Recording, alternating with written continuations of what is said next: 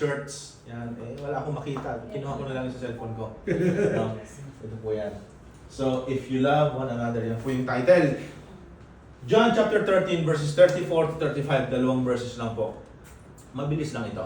No, basahin ko yung John chapter 13 verses 34 to 35. Yung John 13, 1 to 17, yun ay kwento ng washing of feet.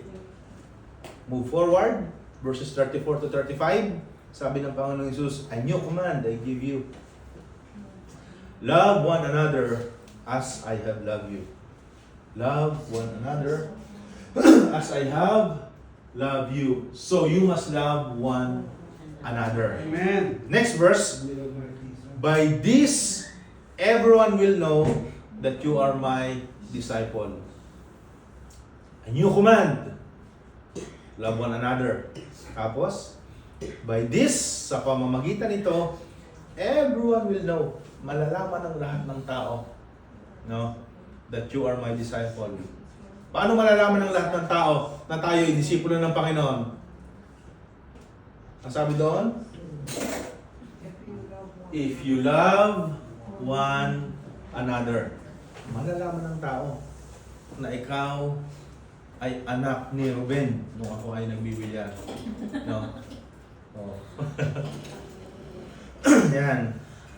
If you are, that you are my disciple, if you love one another. Yan po yung pag-uusapan natin ngayon. Okay? Now, question. May mga question ako. Ito. How can we recognize a true Christian or a true disciple of Christ? Paano daw natin malalaman? Paano natin ma-recognize? No? A true Christian or a true disciple of Christ? Paano natin malalaman?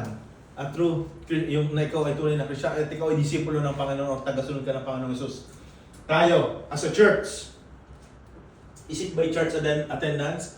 Kapag ba ikaw ay nagsisimba, every Sunday, no? For 10 years, perfect attendance, no? Yun ba ay ibig sabihin nun, ikaw ay tunay na tagasunod ng Panginoong Jesus? But that is good, no? Oh, that is good. I'm not saying that's not good. No? Yan ba ay ebidensya? Pangalawa, knowledge of the Bible. Alam mo yung Bible from Genesis hanggang Revelation. Alam mo talagang sa ulo mo. Yan ba ay ebidensya na ikaw ay tagasunod ng Panginoong Jesus?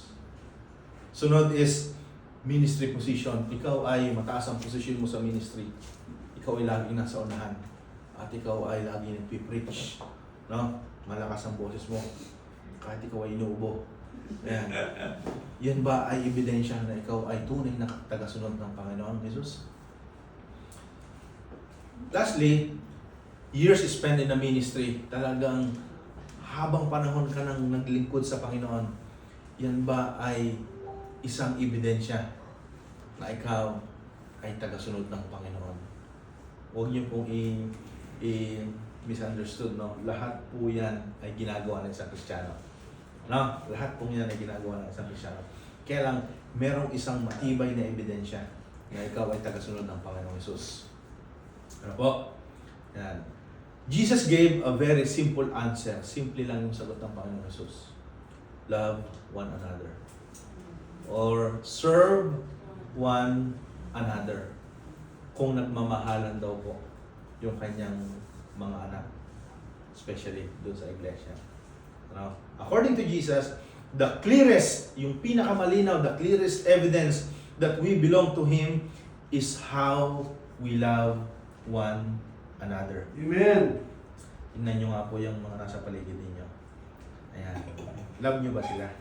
I love you with the love of the Lord. Amen. Yan. Okay? Sige. Now, punta tayo dun sa konting biblical background. Ano? So, alam ni Jesus dito sa chapter 13 na he's about to leave. No, talagang siya ay crucify na. Then, the disciples were confused about what would happen next. Nakukonfuse sa mga disciple kung ano yung susunod na mangyayari. Bakit sa tingin niyo sila nakukonfuse yung mga disciple sa mga susunod na mangyayari? Kasi po, ang ministry ni Jesus po ay inabot ng 3 taon. 3 years po nag-ministry ang Panginoong Hesus. No? As sa 3 taon na yon, kasama niya, araw-gabi, yung kanyang mga disciple, ibinigay na nila ang buhay nila sa Panginoong Hesus, yung mga disciple na yan. 3 years. 3 years. Araw-gabi. Ang magkakasama sila, sabay-sabay kumain, sabay-sabay maligo, sabay-sabay lahat ng ginagawa nila, sabay-sabay silang humahayo, sa lahat ng nangyayari sa kanila, magkakasama sila for 3 years. For 3 years, no? And then, ito na yung time na iiwanan na sila ng Panginoong Hesus. Ay di ba? Kung ikaw yun, no? Very confused kasi, Lord, binigay ko na lahat ng buhay ko sa'yo, tapos iwanan mo rin naman pala ako. Di ba? Yan. Hindi pa ganun ka fully yung kanilang pagkaunawa doon sa naging ministry ng Panginoong Hesus. At kung bakit sila yung kasama ng Panginoong Hesus. Hindi ba ganun ka fully yung kanilang pangunawa doon. Kaya mayroong tension. Ano yung tension? Nag-a-argue sila, no, kung sino yung pinaka-greatest sa kanila. No? Nag-aalis ng Panginoong Hesus. Dahil sabi ng Panginoong Hesus, mayroong isang magbe-betray. Hindi ako yun. Actually, ako nga yung pinakamagaling dito eh. Hindi, ako nga eh. Hindi, ako. Sabi ni Peter, tumahimik kayo. Ako. Ang pinakamalupit dito sa mga disciple. Ayan. So may ganong argument na nangyayari. Judas had already decided to betray Jesus. Ito na, in the next verses, nag-betray na si Judas. Pinagpalit niya ang Panginoong Hesus. Tinuro niya kung nasa ang Panginoong Hesus. Binitray niya. Kapalit ng 30 pieces na silver. No? Okay? Then, bago ibigay ni Jesus yung command, doon sa 34 and 35, nagkaroon ng washing of feet. Diba? Pinakita niya yung kanyang humility at saka yung kanyang pagmamahal sa servant. Ano? Ayan. And then Jesus began preparing the disciple for life without physical presence. So hinanda na niya ang mga disciples sa kanilang buhay na hindi kasama ng Panginoon. Kasi siya ay alis na. Okay? So, yan. Then ang sabi niya, doon sa verse 34-35, a new command I give you. Kasi hindi niya sinabi yan. The whole time magkakasama sila for 3 years, hindi niya sinasabi yan. Sinabi niya ito on his last moment. No. A new command I give you. Diba napakahalaga ng isang bilin kapag alam mong mawawala na siya. Parang last will and testament na. Sabi niya, a new command I give you, love one another as I have loved you. You must love one another. So may 3 points tayo. 3 puntos. Una, mabilis ba ako? Sakto lang. Nasusundan po natin, no? Nasusundan. Una, love is a command from Jesus.